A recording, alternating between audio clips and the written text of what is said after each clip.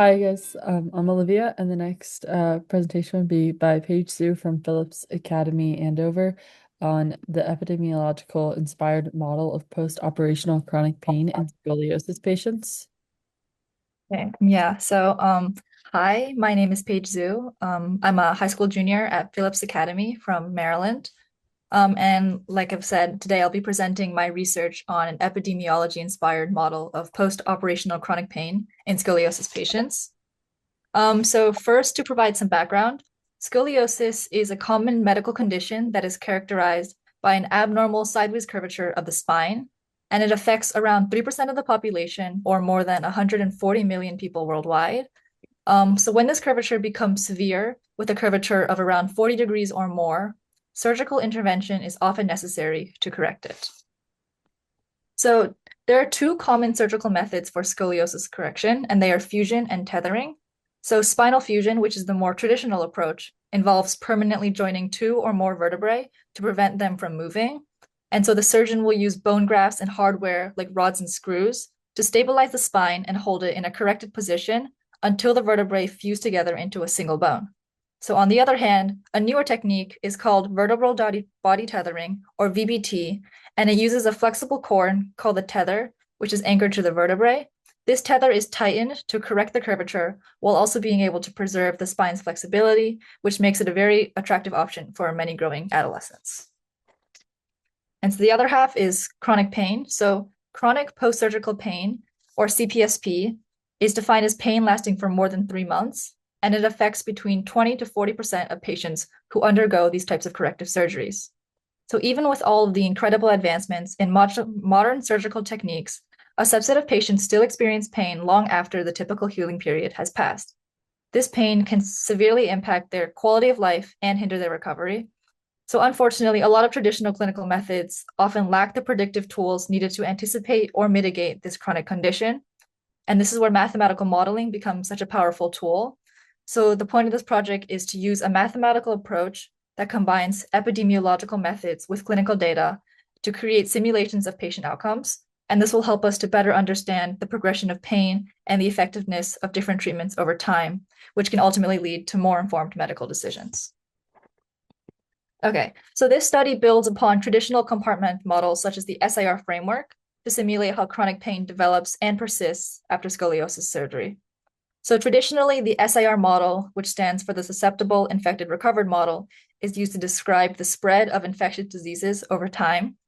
However, in my project, I theorized that we can use this model to instead model the progression of chronic pain in post-operative scoliosis patients. So the first model that I introduced in my project was a nonlinear differential equation model, which I named the SII-RTC model, to simulate how chronic pain develops and persists after scoliosis surgery. So the different states of the model represented pain states ranging from no pain to low pain, and eventually to chronic pain. So after surgery, patients begin in the susceptible state and may develop post-operative pain, transitioning to either low or high pain states. From there, they may seek treatment, which can result in recovery or progression to chronic pain. Recovered patients may also relapse into a low pain state, reflecting recurring discomfort. So I then extended the model to compare two surgical approaches, like I said earlier, spinal fusion and body tethering, using these separate parameter sets. So spinal fusion offers much stronger correction but higher initial pain, while tethering, like I mentioned earlier, provides greater flexibility but a higher risk of complications. The graph here on screen shows a flow diagram of the two-cohort model. The top half of the flow diagram represents the fusion cohort, which is denoted by subscripts of F, and the bottom half represents the tethering cohort, which is denoted by subscripts of T. Something to note here is that this dotted line going across the flow diagram from C of T, the chronic pain compartment for tethering surgeries, to S of F, the susceptible compartment for fusion surgeries. In real life, it is a very common practice for patients who have had a failed tethering surgery to redo surgery as a fusion surgery, which we have modeled here in our graph. Okay, so on this slide, we can see the differential equations for the two cohorts. Like I previously mentioned, the two cohorts are very symmetric, except for with the exception of the resurgery probability, denoted by this parameter beta t. So here we can better see the various different parameters we used in our model. So we essentially used 8 different parameters: alpha, tau of L, tau of H, lambda, p, rho, q, and beta. So first, alpha represents the rate at which patients develop pain after surgery, as we can see up here. Tau L and tau H represent the rates at which patients in the low pain and high pain compartments, respectively, begin treatment. Lambda is the rate of exiting treatment, whether through recovery or chronic pain. P is the probability of recovery from treatment.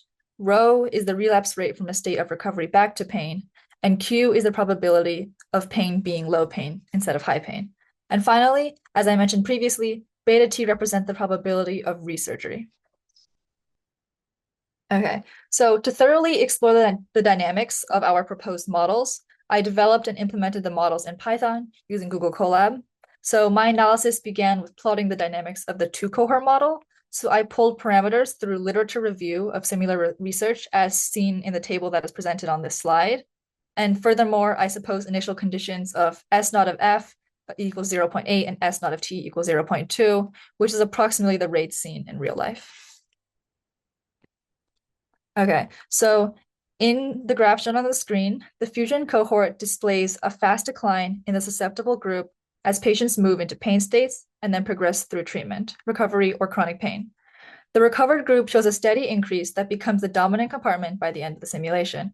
This reflects the higher treatment initiation rates and the moderate probability of recovery and fusion. Chronic pain grows at a slower but consistent pace, which matches the higher invasiveness of fusion and the resulting long-term discomfort that can follow surgery. Low and high pain compartments peak early and then fall as patients transition into treatment. But on the other hand, the tethering cohort shows a much slower decline in the susceptible group and a milder rise in all of the downstream compartments. So this comes from a lower treatment rate and higher probability that pain remains in the low category. Recovery is seen as increasing steadily, but it never reaches the proportions seen in the fusion cohort. Chronic pain grows only slightly, which aligns with the lower invasiveness of tethering and the lower chance of severe postoperative pain. The low pain and high pain curves remain small throughout the time window, which indicates that tethering produces a longer but less intense progression of postoperative discomfort. Okay, so what can this tell us? So together, these graphs help to illustrate the trade-off between invasiveness and long-term pain outcomes. So fusion drives a sharp early transition into pain and treatment, which produces high recovery, but also a larger chronic pain burden. Tethering produces slower movement between compartments and reduces severe pain, but also leads to slower overall recovery. Okay, so we now proceed to analyze the impact of different parameters on the chronic outcome of the system. So we begin by analyzing the first model, the SITR-C model, and the effects of the parameters on three different compartments: I of H, or high pain, R, or recovery, and C, or chronic pain. So the figure on the screen shows how the maximum value of the infected compartment responds as we vary three very central parameters. So the blue curve corresponds to tau of H, which represents treatment rate, and the peak of infection decreases smoothly as its parameter increases. This happens because a faster rate of beginning treatment causes fewer patients to be in high pain, which lowers the height of the pain surge. The orange curve corresponds to the rate at which patients develop pain, which is alpha, and the maximum pain population rises sharply as this value grows. Even small increases create large shifts in the peak, which shows that this system is highly sensitive to this parameter. And finally, the green curve corresponds to the probability of pain being low pain instead of high pain, and this peak decreases steadily through the entire range. The response is smooth and monotonic, and the model approaches the saturation region near the upper end. So this combined plot makes it clear that alpha produces the strongest effect, and Q produces a significant but more gradual effect, and tau produces the weakest effect. So next, we're going to look at the impact on R. So this figure provides an analogous analysis for the recovered compartment. When we vary the rate of the relapse rate, rho, the final recovered population decreases as the rate increases, since an increase in relapse patients leads directly to a reduction in the total number of individuals who eventually recover. When we vary the speed of treatment, lambda, the recovered population climbs quickly and eventually plateaus. Similarly, when we vary P, the probability of recovery, the recovered population grows exponentially. Okay, and then finally, we use a contour plot to analyze how pairs of parameters interact to shape the final chronic burden in each cohort of the two-cohort model. So the figure on screen shows the results of a parameter sweep across two cohort-specific parameters in the chronic subsystem. So each panel displays a contour map of the final chronic value for the fusion cohort or the tethering cohort as we vary two parameters across the grid. Light regions correspond to high chronic burden, and dark regions correspond to low chronic burden. The contour patterns reveal where the system is most sensitive, and steep gradients appear in regions where small parameter changes lead to large shifts in the chronic value, and flat regions appear where the system is stable. The fusion cohort maps show a strong ridge that separates low and high chronic outcomes, and this ridge marks the threshold where the system switches between chronic suppression and chronic persistence. The tethering cohort maps show a smoother transition, which indicates greater stability in that region of parameter space. Essentially, this collection of contour plots demonstrates that chronic outcomes depend strongly on paired interactions between parameters rather than on any single value in isolation. Okay, so next to my project, I proceeded to apply physics-informed neural networks, or PINs, to predict the parameters for the model that we mentioned previously. So PINs are a type of machine learning model that combine neural networks with governing physical or mathematical equations of a system. So instead of relying solely on data, PINs incorporate differential equations into their training process, which allow them to learn solutions that follow both observed data and known physical laws.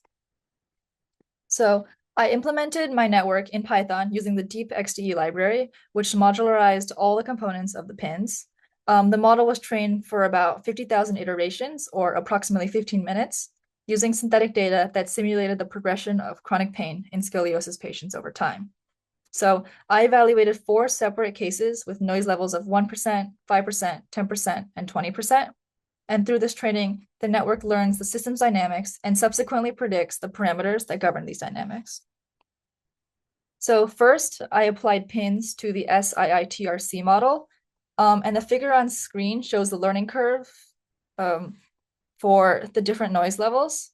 And it's interestingly to note that the error for the 10% case is actually more than the error for the 20% case.